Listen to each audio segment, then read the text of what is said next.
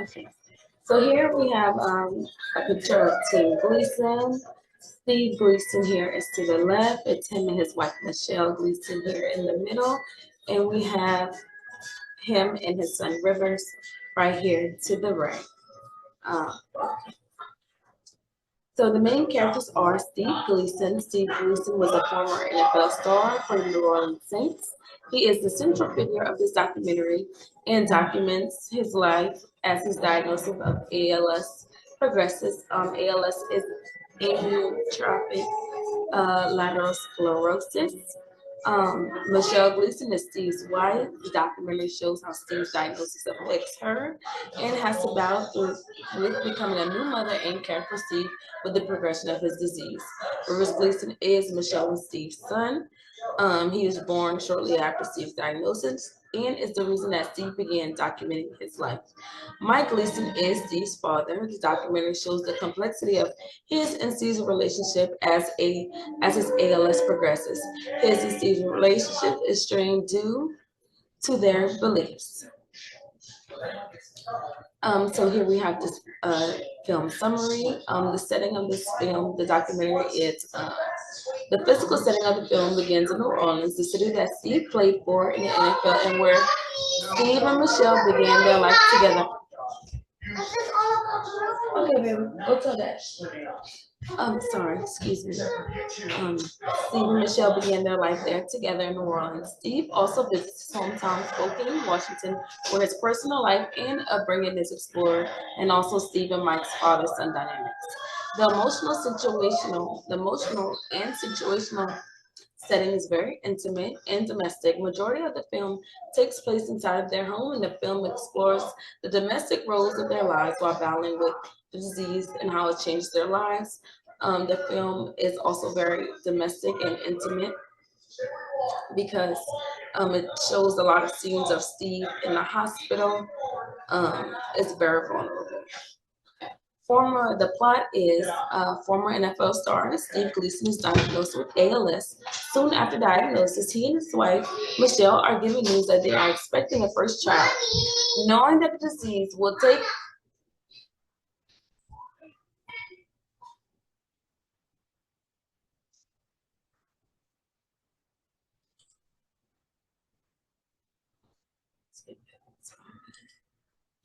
knowing that the disease will take his mobility, speech, and independence, Steve begins documenting his life to lead their son.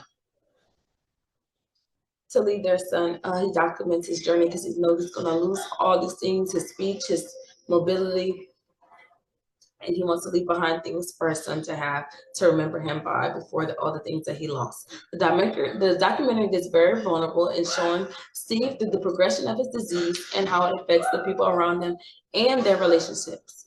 The themes of the documentary are resilience and purpose.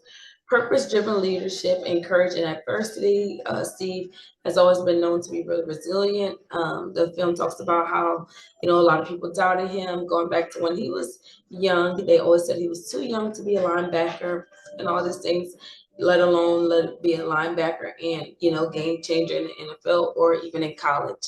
Authenticity is also a theme where self-awareness and relational transparency is shown throughout. Leadership theories that I connected in the documentary are authentic leadership. Throughout the film, Steve embodies and exemplifies authentic leadership via his video journals. He shows his real self, his fears, his emotional battles, all of it. All the good moments, the sad moments, the grief of knowing what is to come, and all the things he will lose as the disease progresses. He shares it all. Through it all, though, he stays true to himself and presses on with the documentary, so his son Rivers has something to carry on with him even after his own life has ended. Because a lot of people with ALS, sometimes even if they can live, they choose not to because their quality of life and the cost of them to have a quality of life is too great. The textbook references authentic leadership as being self-aware and having a relational transparency. Despite these continuous Sorry, excuse me. The next theory I connected with was servant leadership. Despite Steve's continuous decline in health, him and his team pressed on to build Team Gleason. Steve built Team Gleason to serve others with ALS and advocate and get federal funding through Medicaid, which had been canceled, and Medicaid was no longer funding for the others with the disease to have affordable access to assistive technology and reduce the suffering of them as ALS takes their physical independence, just as it did to he himself. Michelle also shows servant leadership qualities in a way that she puts her own needs aside to balance caring for Steve and their son. The next theory I connected with was path goal leadership. Steve's persistent fight for Team Gleason to remove barriers and obstacles that ALS creates for its victims by making the necessary technology to make these people's lives better reflects path goal leadership. Steve is directive, supportive, participative, and achievement oriented in regards to the foundation Team Gleason. Here I have textbook references about each of the theories that I connected with throughout the film. Authentic leadership goes back to, throughout the film. Steve is very vulnerable and open and self-aware of what his values are, his strengths and limitations are. He says how, it was a scene where he said that he's not motivated by the fear tactics used in the Bible. He doesn't appreciate it. He is motivated by love. Honest, open communication, no hiding emotions or feelings. Throughout the film, everyone displays this. Michelle is very open and vulnerable, cries with Steve in the hospital. Steve gets emotional a lot as the disease progresses, all the challenges he's facing. Servant leadership, the leader generally cares about others and what they need. Their goal is to help people grow, succeed, and feel supported. They make space for others' thoughts and feelings, and they believe in developing others personally and professionally. Team Gleason was not necessarily professionally, but it was definitely personally. It was about creating a life to them that was worth living. Like I said, 95% of people with ALS choose not to continue living because their quality of life, and he wants to give that back to him. The hope that he was losing, he wants and regain through his technology with assistive technology. He wants to be able to give that to others. Pathway theory, the leader steps in to make challenges feel more manageable, especially during tough or emotional moments. They provide direction when people feel unsure about what comes next. Their encouragement helps others feel capable and motivated. Steve motivated so many people around the world, even with someone who was immobile, disabled. He was a hero to so many. In the way that he went to do these things, he was participative, directive, and supportive. Even with his battle and losing all his independence and his mobility, he still traveled all these places, made appearances, and kept on fighting no matter what. And he eventually did have to step back. People wanted him for a long time to step back and to get back to doing the journals, what he had he kind of did put that to the side to continue the advancement of Team Gleason. And eventually, he realized that, he could step back. The people that he had in place could be trusted to continue it on. Michelle's father was actually the president of their foundation, Team Gleason. I have quotes here. You have a mom who is just incredible.